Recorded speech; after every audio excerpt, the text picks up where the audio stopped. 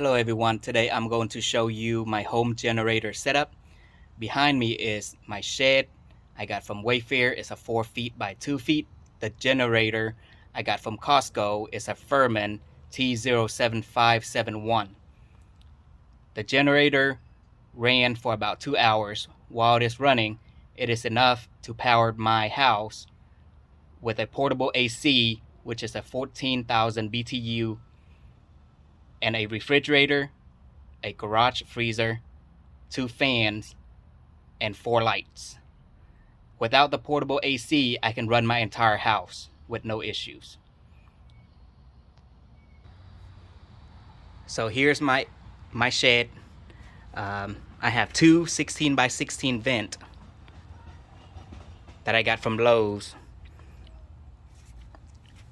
And here is the outlet for a 50 amp cable that will be going into the generator coming out of my transfer switch.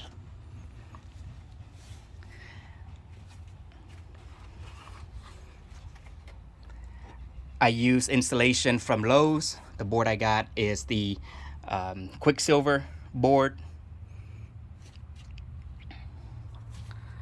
And this is the generator. Again, it's a Firman T07571. I'm going to show you around before I get to the generator.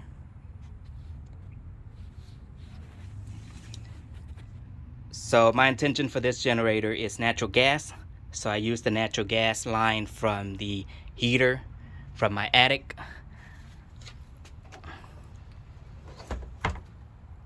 And I run it down the wall, going into my generator here.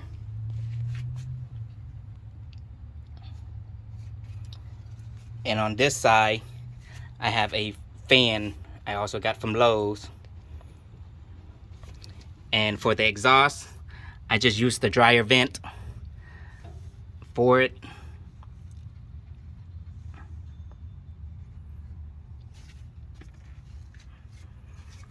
Down here, I have the battery saver. It's a solar battery saver, so I connect it to the battery that is in the generator. And on top, I have it coming out of the side, and whenever it needs some battery, it will get it from here, so that way I know my battery is good every time I start it. Right. I also ground my generator. A lot of reviews, they say you don't have to ground it, but since my ground is close by, I just went ahead and ground my generator anyway. And here it is.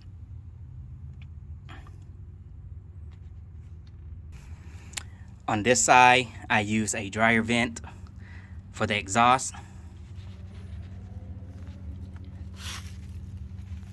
And what I did was I grabbed some metal mesh, so I tape it over here, so that way it doesn't, like, bugs don't come into it.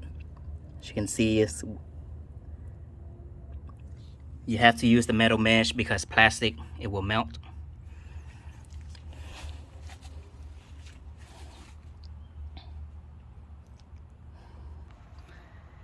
Here I have my transfer switch coming out of my panel inside the garage. So when this is on, this will be green. Down here is my ground. Like I say, it's really close to my generator shed, so I ground them anyway. Next, we will look at my panel inside the garage. This is my panel in the garage. In an instant where I have to use the generator, what I have to do first is turn everything off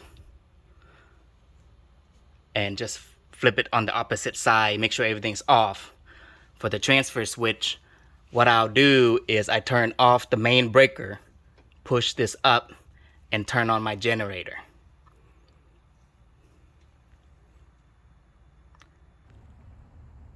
Okay, so now we're going to start my generator. Right now it's pretty quiet. Nothing's running right now, just the outside ambient noise. I have a meter right here.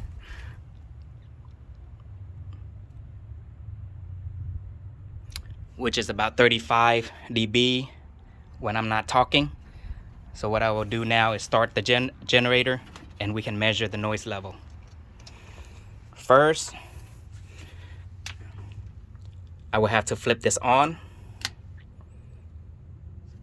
Turn this to natural gas.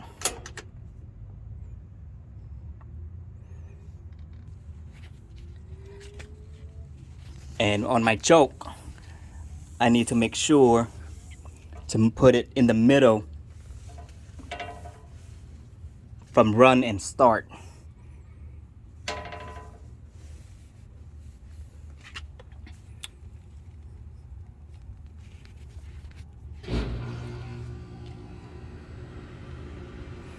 So the light is red, means I have 3 minutes to start this generator.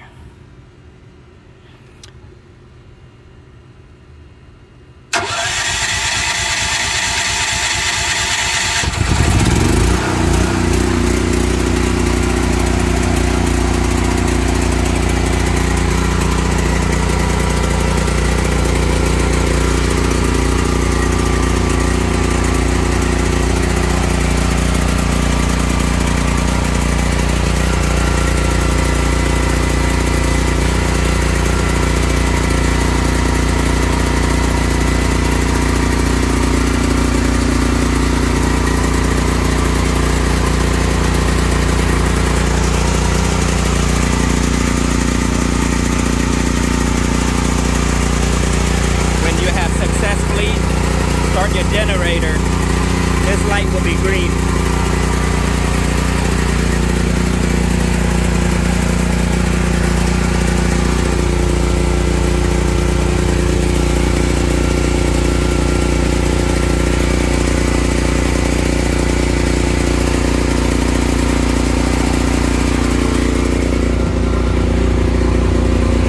So you can see that I closed my shed. The noise is noticeable different when I'm standing about 5 feet away from the generator.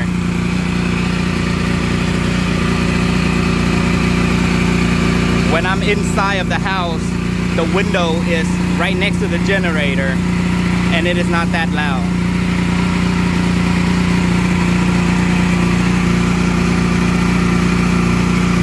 Over here, let's go to the dB meter.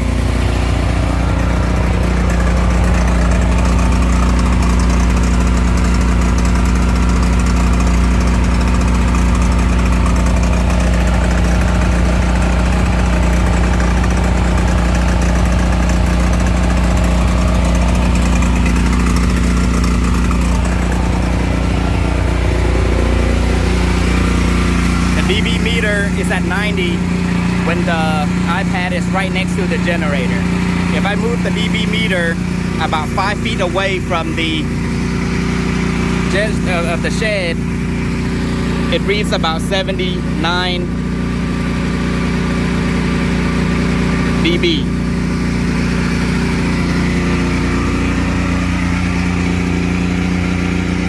This is about 10 feet away from the shed.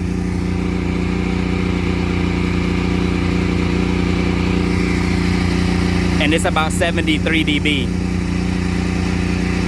So it's a big difference.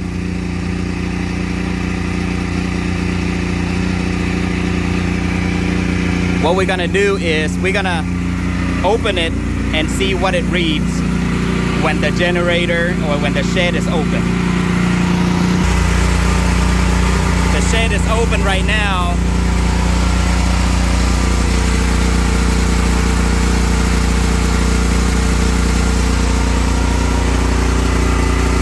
About 95 dB.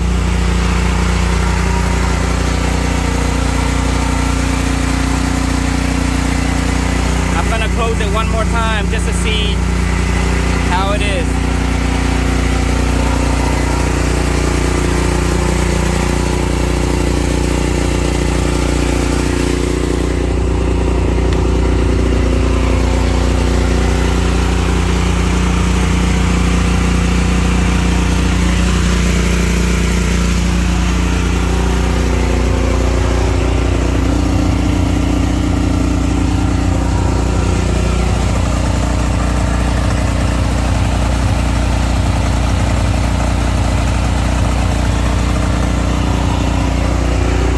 shed is about 90 dB when it's closed, but the iPad is literally right next to the shed, so it's gonna pick up a lot of noise.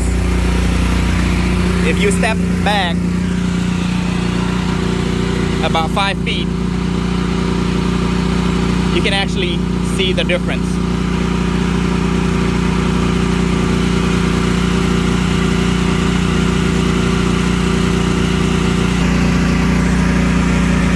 Okay, that's it, folks.